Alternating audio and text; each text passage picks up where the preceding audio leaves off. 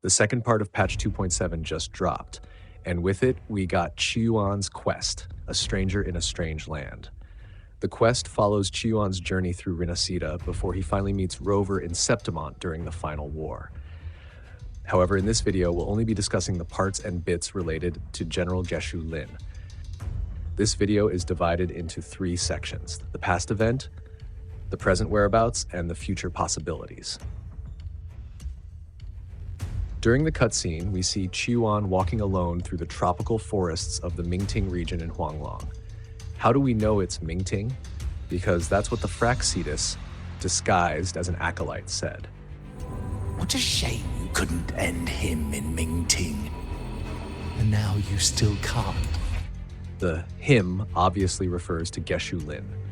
Qiuyuan soon comes across a man fighting a group of Tacit discords all by himself, mercilessly cutting them down one after another. That man was none other than a young Geshu Lin. This version of Geshu Lin is just a captain of a small squad who made his way to Mingting all the way from Jinzhou, slaying Tacit discords along the way with nothing but a 2-star weapon, the Tyro Broadblade. There are a few key details to notice here.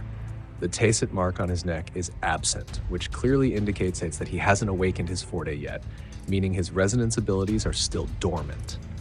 Also, his body is free of scars, unlike how it's covered in Qiuyuan's Resonator showcase. Both points hints towards this cutscene taking place at least 7 to 8 years ago. The two men lock eyes for a moment before engaging in a fierce battle. We get to witness one of the most stunning 1 versus 1 fight sequences. Geshu Lin, who isn't even a Resonator yet and is already exhausted from fighting Tacit discords, goes toe-to-toe against a professional mercenary like Qiuyuan.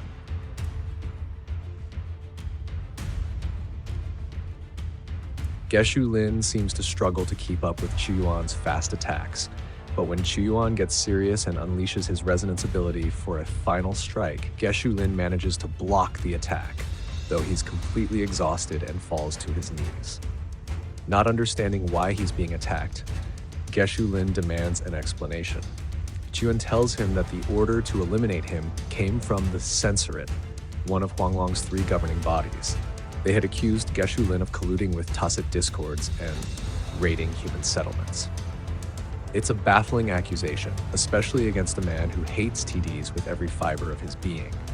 The reason behind it could be as simple as jealousy toward a rising captain, or it could be a ploy by the Fraxitus, who had already infiltrated the Internal Security Agency, ISA.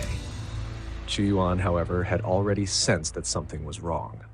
He had read through Geshu Lin's case files and realized that the censors, the officials of the Censorate, were lying. So it's possible that he wasn't even there with the true intention of killing Geshu Lin. Though seriously, how did the blind Qiuyuan read those files? Geshu Lin, furious, challenges Qiuyuan to end him right there, or else he vows to wipe out every Tacit discord and every single corrupt ISA officer. If you look closely, his eyes briefly glow purple, a visual hint that he's on the verge of awakening his forte. Recognizing Geshu Lin's strength and how much Huanglong needs someone like him, Qiuyuan calmly lowers his weapon and leaves, warning him to be careful with his blade. Completely exhausted, Geshu Lin collapses in what I can only call the Yamcha pose. Of course, if Qiuyuan had truly wanted to, he could have ended Geshu right there. After all, Geshu Lin was just an ordinary human at that time, not the powerful Resonator he would later become. A few months ago, I made a video about the possible release of an underground region in Jinzhou. If you haven't seen that one yet, I recommend watching it first. The link will be in the description. My theory might actually be correct, as we may indeed see an underground area in Jinzhou in the future.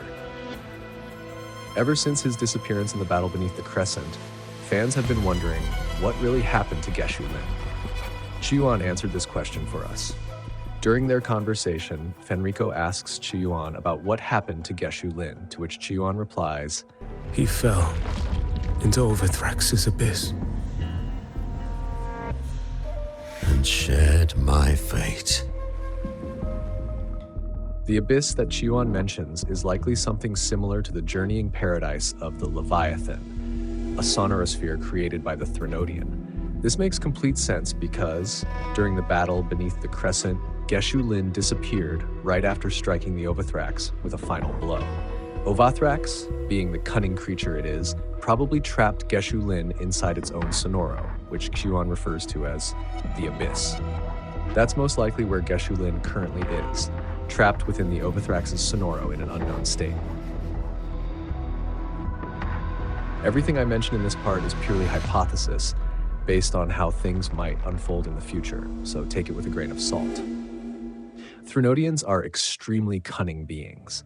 OVATHRAX likely saw great potential in Geshu Lin as its resonator and decided to trap him in its abyss instead of killing him outright. However, it may not yet possess the knowledge or strength to fully carry out its plan. Remember, it retreated after Qiuyuan and Rover defeated the Dreamless because it wasn't at full strength. At some point, OVATHRAX will return to attack Jinzhou once again. And when that happens, Rover will also return to Jinzhou to finally end the OVATHRAX. That's likely when we'll see the return of Geshu Lin, possibly as the resonator of the OVATHRAX. If that does happen, how do you think Kuro will handle his redemption arc? That said, this probably won't happen anytime soon, since the next major region is Lahai Roi, scheduled for release in version 3.0. My only wish is that Kuro makes Geshu Lin playable soon and not make us wait another year just for a 5 minutes appearance. That's all for this video. If I missed anything or you have your own theories, let me know down in the comments. See you in the next one.